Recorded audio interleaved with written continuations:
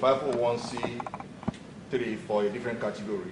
And upfront, you're setting it as, you're disclosing it that you're going to be loaning, right? And that answered the assisting, right? That answered the other question around, you know, how do you amend, right? How do you amend? It is not a tax return, right? It's you have this initial application. So your scope, the scope of what you're going to be operating, what you're going to be doing, is changing or has changed, right? You don't want them to find out that you're not complying with what you said. So you could now go back and then update and notify. I don't remember the form you file, you notify them, you update your form, for example, Salvation Army, United Way, they are offshoots of various churches. So you will not disclose, you will not discriminate or limit what you offer to a certain group of people. And those are the kind of limitations that you're going to have to overcome and say, hey, we are not saying, okay, we're going to be giving assistance to Muslims only. This is an organization that is open, and that's why Mumini Relief, you know, anytime there is any need in the Houston community, Mumini Relief participates as part of the larger community. To conclude, I just want to throw in a social organization that has 501c3 as part of the religion. Majority of social organizations have to comply and file for 990. Majority of them, I can say all of them. If you belong to Jebu Club, the family in Jebu, that's I'm using an example, and then you have a 501c3, then you never file, I know it's been revoked already. You have to go back and reinstate it. And the same thing applies by record keeping. But the difference between social and religious is okay, filing of Form 990. But the requirement is the same thing. The difference is your certificate of organization, which is certificate of incorporation, your bylaw, differentiate either you're a social organization or you're a religious organization. Any more questions? Without last one, please.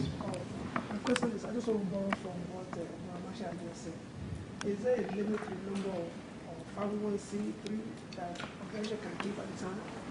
Like you mentioned, we have one for the general body of Masjid Mumini, and we have one for Mumini Relief. Is there a limit to what you can keep in the community at the time? Well, I've been around for a while. I haven't seen others put any limit on anything. The limitation is on you. Can you cope if you create A, B, C, D, E, F, G, right? Z. Can you cope with the requirement? That's the limitation. That's incumbent upon you. You can go and create Cilium. Okay, I'll give you an example. The investigation that was going on with one of those, the guy Gates, that he has to open 52 accounts within 1 year, right? Now, it's upon him now to justify why do you have to open 52 accounts in 1 year, right? When you're doing it, it's fine. They will not tell you don't do it, but when the time comes, they have to justify it. Assalamu alaikum wa rahmatullahi. I'm sure many people that are not here today, they will still come back and have more questions. Elijah Betubo is still going to be around for the next 5 days. So if there are questions for him, you know, please feel free to reach out. One last thing I'll mention before we invite our next speaker. Yes. What's your number? Your number in? My phone number. Right. Later, maybe later tonight or tomorrow, that number will be circulated.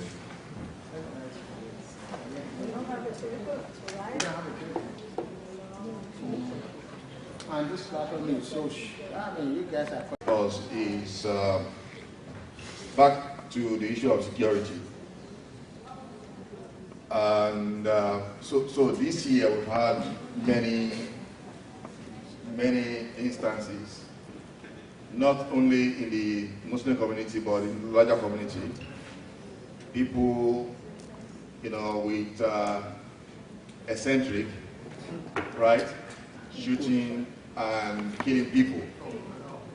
Unfortunately, the Muslim community, we are the first suspect. And unfortunately again, we have proved the larger community right. Because at the end of the day, even when something happens before you know who did it, many of us will be thinking that will be another Muslim, right?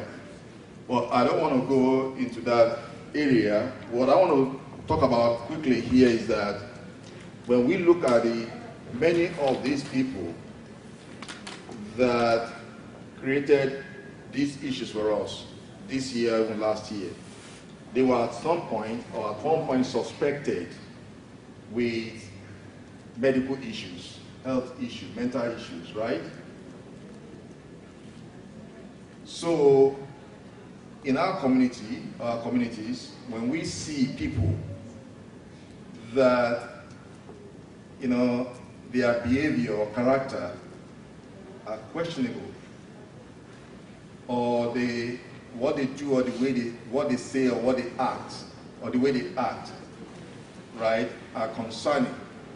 If you see something, say something. I think it's Sonny Yoruba. Brother, I'm going to speak Yoruba language. I will explain to you later. Tí a bá rí ẹni tí ìwà ẹ̀ tó jọ ti wèrè díẹ̀díẹ̀, ọ̀tá ti fi pé ẹni yìí sì ń sínwín díẹ̀díẹ̀ kó tó kó bá wa, ẹ jẹ́ ká ràn lọ́wọ́, ká ràn lọ́wọ́. I'll help you. Wọ́n ní tí ara ilé bá ń jẹ kòkòrò tó burú. Bàbá Àjẹ̀bú ní wọ́n ní tí ara ilé yìí máa ń jẹ. Àwọn tí wọ́n ń pe aláwàpá tó ń pààyàn yẹn, púpọ̀ gbà láti rí wọn pé wọ́n ti gbé wọn lọ sí, wọ́n ti ní mental issue.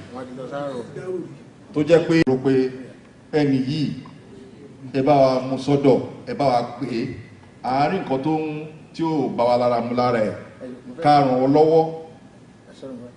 Recently, it was in New York. Yeah. Okay, the individual is from Bangladesh or something. Yeah. Now they find out that okay, what it need that kind of thing, but everybody just turn away. And all on there actually pay on the conversation. Yeah, in the midst. I mean, anybody. We don't want to be in a situation. You know, what happened in 2013, perhaps, that New York, Abdul Muttalib, what's his name? Yeah.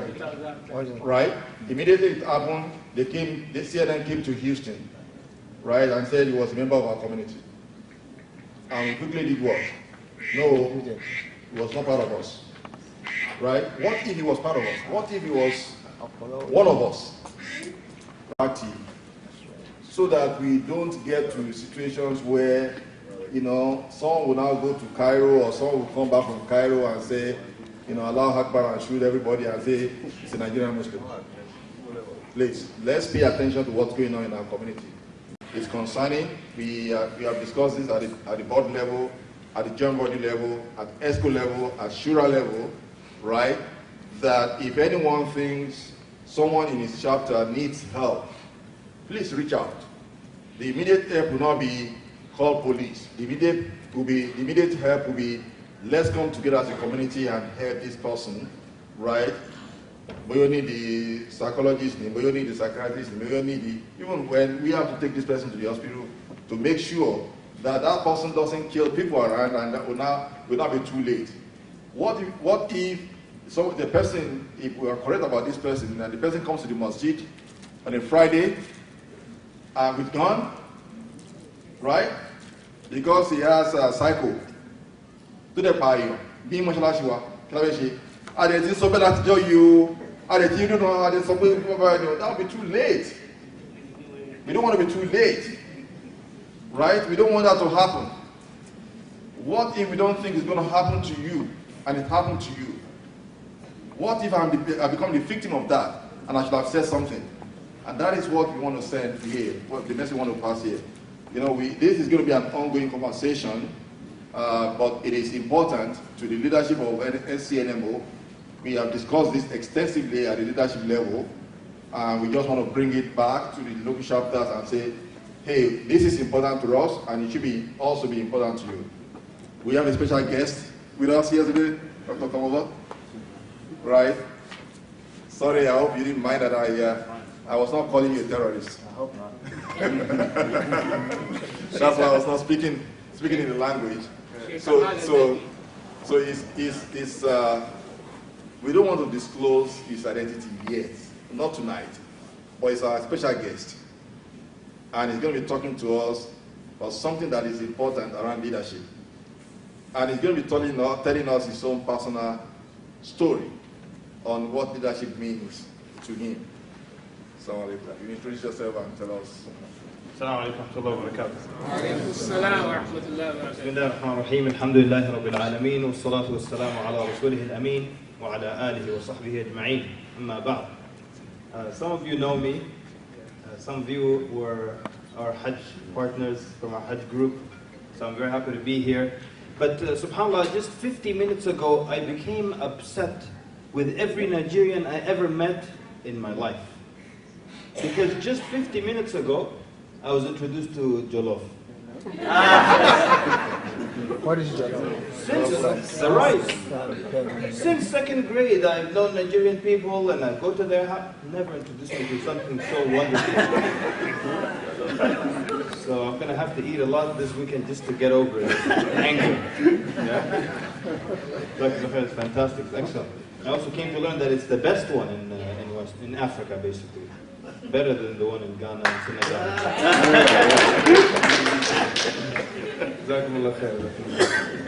So you heard about the 501c3. I'm here to talk about the 503c1. Actually, I'm just kidding. I don't know anything about these forms. The only part I like from the speech is when they spoke about integrity and people and character and all that.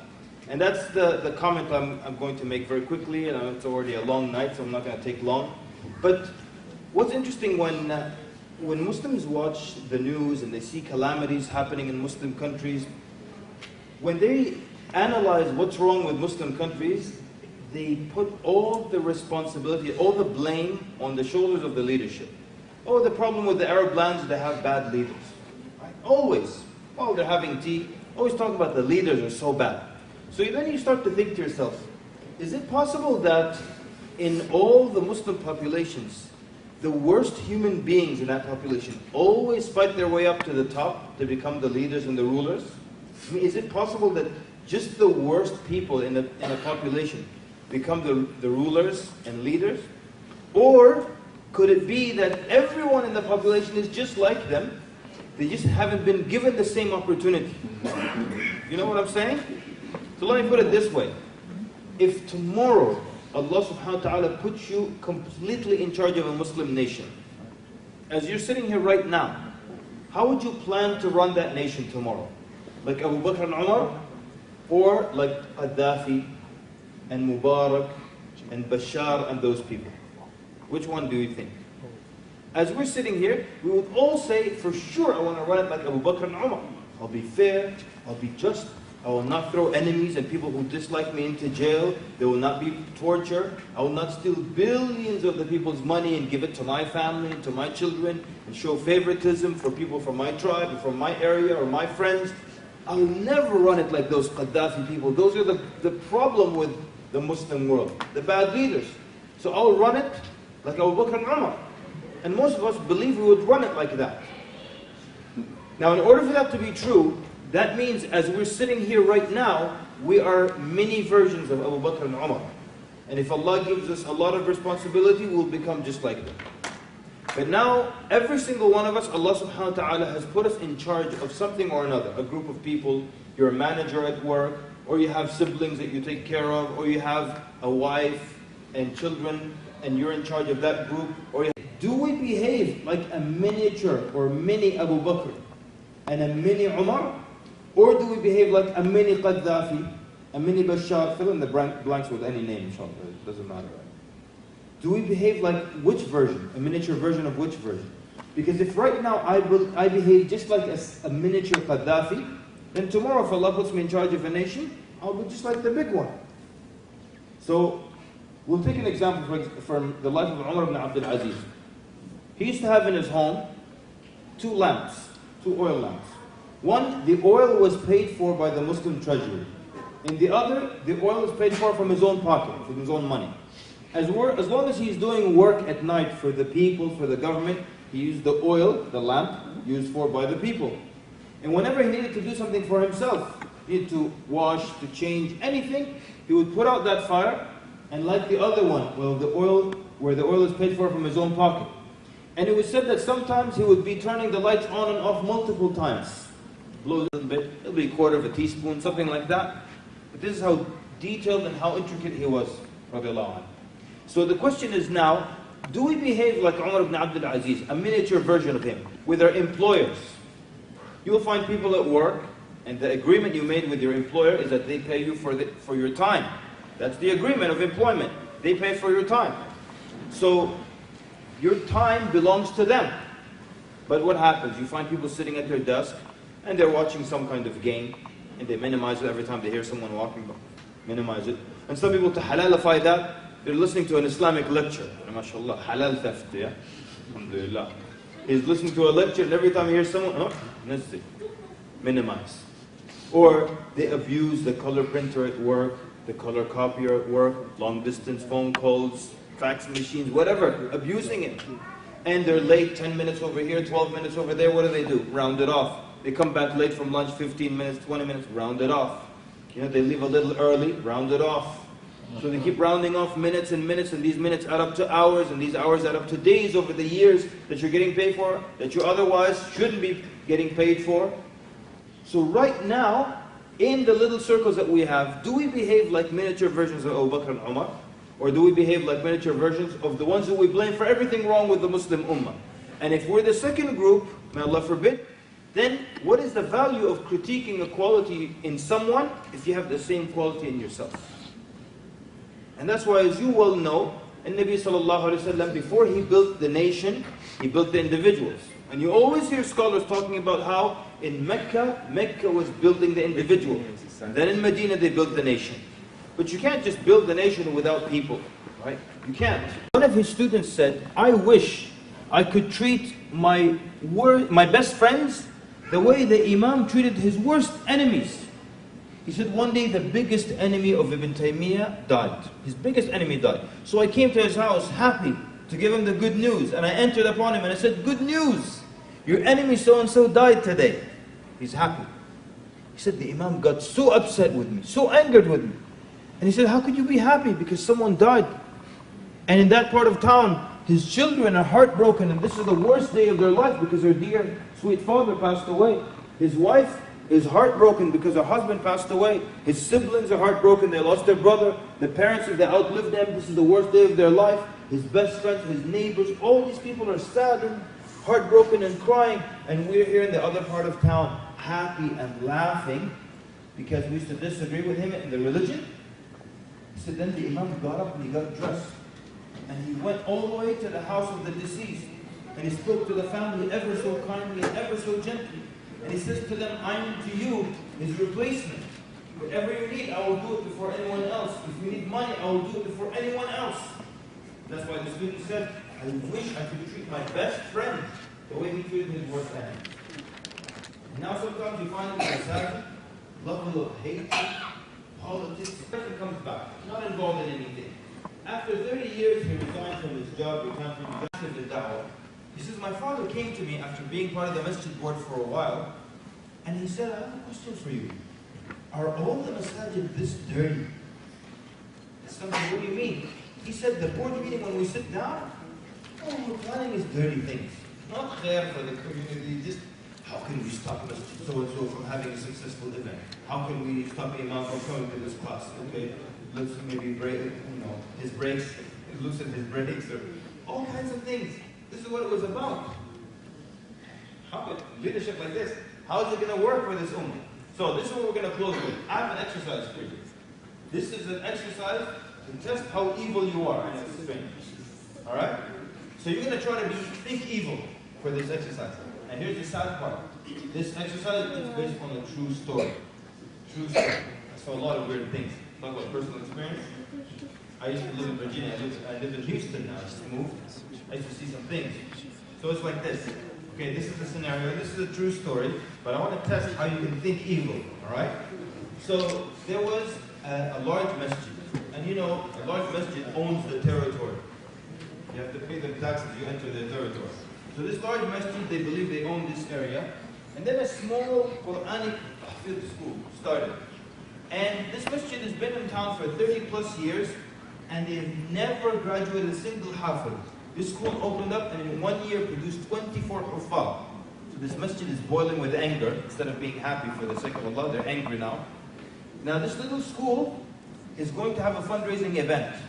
And they're going to invite a very famous speaker to have a fundraising dinner at a hotel. There's a dinner and everything involved. And then they're going to raise funds so they can enlarge their operation. Now the big masjid doesn't want them to succeed in the fundraising because they don't want them to get bigger. And they don't want more kids to memorize the Quran. So they want to come up with a way to make the fundraising dinner a failed event. So what would you do? You work for the big masjid and you want to make sure this event fails completely. What do you do?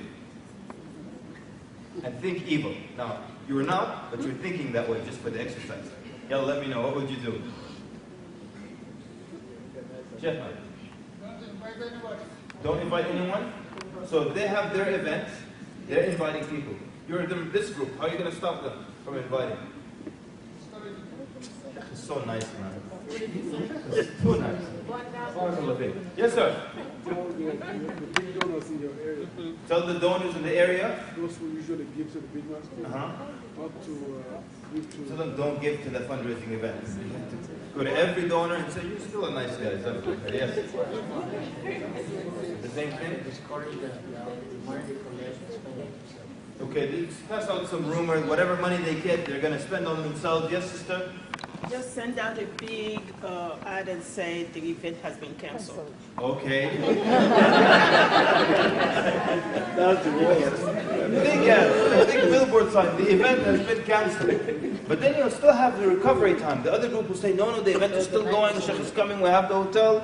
Yes, sir? They can put another event for that day. So to withdraw. Okay, not bad. Start another event at the same time. Is that what you're going to say? Okay, now we're getting more evil now. Yes, sir?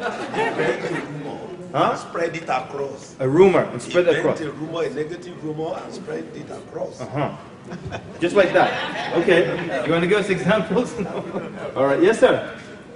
Let it become sponsor somebody into the school and into the activities they are organizing, so that his aim is always negative, so that it doesn't, they don't. His aim is to make sure that it doesn't. Oh my God! I've been doing this exercise for years, and nobody usually gets it, and you got it, sir. And I'm scared of you now. I'm kidding. Jazakallah khair. That's exactly what happened, people. Look at this. So you know when there's a fundraising event, you have a target goal, and you don't always achieve that goal, but people make pledges. So if people pledge 340, how much do you think they'll get of that? You get a small percentage of that. When you call back to people and everything, what is pledged, you don't usually get it. Sometimes it depends. Sometimes you get 50% of it, sometimes 60 on a good time. So what they do, what happened was this group sent 2 people. They didn't spread rumors. They didn't do any of that. They sent 2 people to go to the fundraising dinner and sit at different tables. Now the fundraising time is going to start. Let's say they want to raise 300,000, all right? And the dinner at the hotel and the banquet and all that stuff and flying the speaker and getting in the hotel and the share of the speaker, all that stuff. Let's say that cost $50,000, all right? So now when their goal of 300, 50 of it was the expense for the dinner. They need to raise 250, right? So the first the fundraiser gets up. Brothers, we need people to donate. Who will give $500,000? Of course, everyone, right? Then he says, who will give $100,000? One of our guys, one of our plants, puts his hands up. I will give 100,000. Barakallahu feek, takbir, takbir, may Allah bless you. And they make dua for him, he's sitting. And then we'll say, okay, we need one other brother to give 100,000. Our other guy puts his hands up. and he pledges 100,000. Now the guy thinks we've got 200,000, we just need to get 50 now. So he tries, maybe he gets 40 from everyone else. Yeah? You know, I just remembered, we used to go to this little masjid. They have a rule in this masjid. If there are more than 4 musallin, there's a fundraising event. If the imam turns around, Assalamu alaikum wa rahmatullah, and he sees 4 people behind him, fundraiser. One time they were fundraising, it was 9 of us, and we're all unemployed and broke. Wallahi, if there was a small hole in the ground, all 9 of us would have gone inside. And the imam is standing right on top of us like this. When there's 300 people in the fundraising event, you can hide, you know. 9 of us, and the imam standing right on top. Brothers, who will give $5,000? Brothers, 5,000. All right, let me get back to the topic. So then what happens now? The man raises about 40,000. So he thinks we got 240,000, right? 240,000. The 40,000 pledges, they're not going to get all of it, but they think we got 240. Then they go home, next day they call the 100,000 donor. You donated, you know, you pledged 100,000. Oh, something came up in my business, I'm sorry, I can't make that money. They call the other guy, oh, I'm so sorry, I can't make that money. And of the 40,000, maybe they get 30, and they still owe the hotel 40. That's how you destroy them in the evil way. I'm glad that nobody got it. Almost. May Allah subhanahu wa ta'ala make you all righteous and steadfast and the best for your community, and may Allah bring the best for the community out through you. Barakallahu feekum for your attentive listening. Sallallahu barak ala Muhammad. Wassalamu alaikum wa rahmatullahi wa barakatuh. Takbir. So that was Sheikh Kamal, right? So NCNMO, we recently got into partnership with an organization that is still undisclosed, right? And he represents that organization, and we're going to hear more about that organization later tomorrow, and more importantly on Monday. So talking about fundraising, right? So we have about 10 minutes. Any questions for him? No questions, right? So we talk about 4 things, 4 major topics today. We talk about the grant, that was using the Momini using experience. We talk about the IRS, that was the one that Elijah Portugal led us. And we also talk about the one I talk about, right? The one I talk about before. What is it? Remind me. What is it? Security. No. It's on Yoruba. It's on Yoruba. No.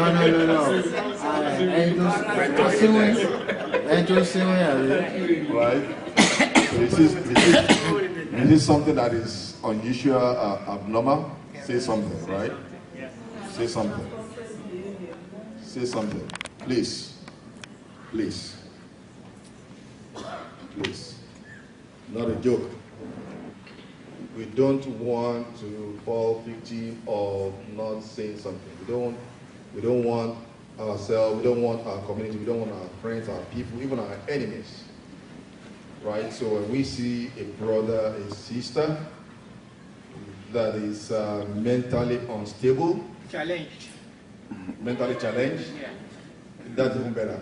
Mentally challenged, right? Let's say something. Let's help. Let's help that brother. Let's help that family. The last thing I want to talk about is, I was not going to talk about it, but since Sheikh Kamal mentioned it, on Monday, we're going to do our gala night, our fundraising night, our fundraising event. And I was not going to mention this, but I don't want to be selfish. So I practice as a tax professional. I want to share with you a trick that I use regularly. You know, when you donate at this point, at this time of the year, right, you have less than 1 week. Today is 22nd or 23rd. So you donate in December, and what do you do in January or February? File your tax. When you file, what do you do? So you are smarter than someone that is donating in May, because that person will have to wait for another 10 months before claiming. So if you are not thinking of donating, They call diplomacy. If you are not thinking of donating, if you're not here to donate on Monday, please change your mind, right? For your own sake, in your own interest. Tax return and claim your donations. And you not doing anything illegal. You're not doing anything that is not. Have you ever? Very sorry. So, any questions? Yes, sir.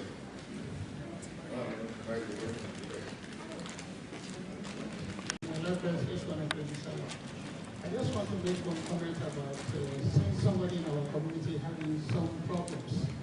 And that goes around all the time. So in addition to what you have said, I had a student who's an FBI, and he came to my class, and he also was invited to mosque. The point he made is, nowadays, some of our brothers too, they are mentally sick. And they said to us, the minute they come in and they condemn any scholar in the mosque, then the sign of sickness. What is this? This room is not right. This secretary is not good. This president is bad. This is that. And they begin to say, all of you do not know enough about Islam except them. Then it's a sign that something is wrong with your head. And you have to pick it up.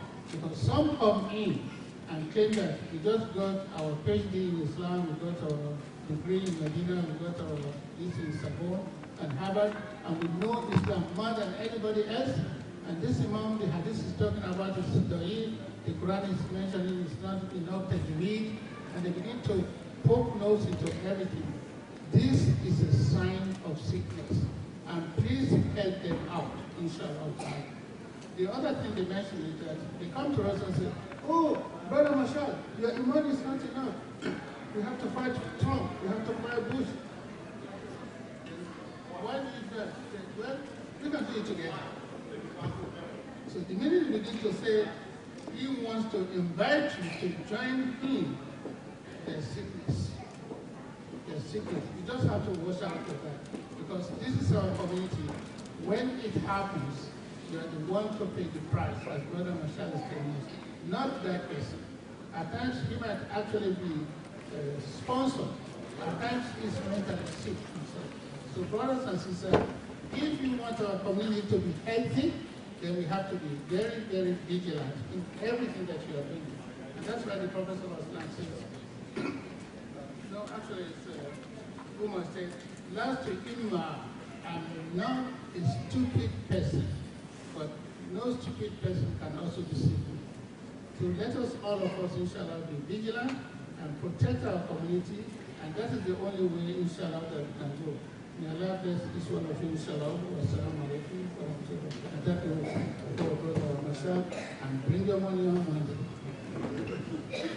Thank you, sir. Sister Rita?